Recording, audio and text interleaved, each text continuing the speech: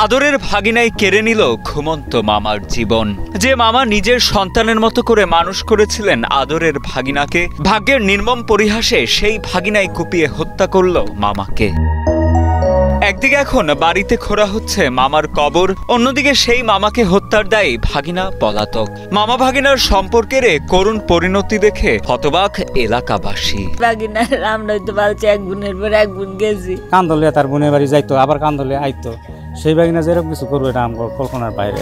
10 September Gazipur সদরের ভাওয়ালগড় ভবানীপুর এলাকায় ঘটে এ ন্যাক্কারজনক ঘটনা। মাদক সেবনে বাধা দিতেন বলে সেই ক্ষোভেই মিষ্টি বিক্রেতা আনিসুর রহমানকে হত্যা করে তার ভাগিনা সৌরভ, এমনটাই দাবি এলাকাবাসীর। ভাগিনা জীবনও কারোর সাথে ঝগড়া করছে না, গালিগালাজ করছে না, আমরা সবাই অনেক আদর করছি। আঙ্গ প্রথম ভাগিনা, তার হঠাৎ করে কি হয়েছে আমরা জানি না, এটা কল্পনার বাইরে। কে এমন করছে? নেশা তো খারাপ, এটা আমরা সবাই জানি যে নেশা কত খারাপ জিনিস। যেমন এটার একটা বড় প্রমাণ আজকে হয়ে গেল যে নেশা করলে যে কি কি হইতে পারে। নিজের আপন মামা, সেটাও আর কি ও কোনো তোয়াক্কা না করে এরকম একটা সিচুয়েশন করলো।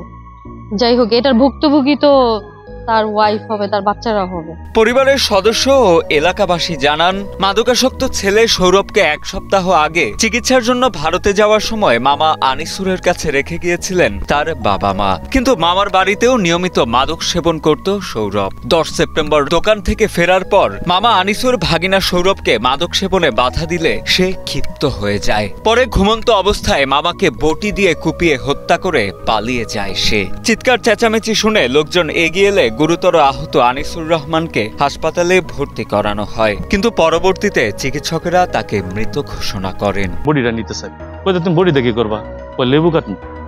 তো বউ আবার কইছে যে বডিতে কিন্তু অনেক ধার, তুমি কাটতা না, তোমার মামারে ডাক দাও, তো শরবত বানাই দিব না, তুমি খাও, আর বাবা আগে গোসল করো। সে বউ মাছ তুই মানে হাতে লইতে লইতে হুট করে শুনে ও মা গো বাবাকে চিকারি দিতেছে। বউ দৌড়তে গেছে, গিয়া দেখা যায় দরজাটা অল্প একটু ফাঁকা, এর ভিতরে মানে রক্ত আইতেছে ভাইয়া।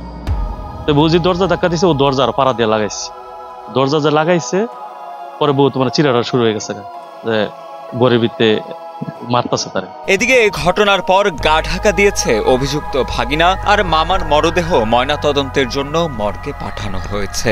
পরিবারের পক্ষ থেকে মামলা দায়ের করা হলে পুলিশ আইনগত ব্যবস্থা নেবে বলে জানান গাজীপুর জয়দেবপুর থানার ভারপ্রাপ্ত কর্মকর্তা তৌহিদ আহমেদ। মামার ভাগিনাকে চলাফেরার জন্য এবং বাগিনা একটু মাদকাসক্ত ছিল, অনুশাসন করছিল, ক্ষিপ্ত হইয়া দাও দিয়া কোপাইছিল। গুরুতর জখম করে হাসপাতালে গেছে, মারা গেছে।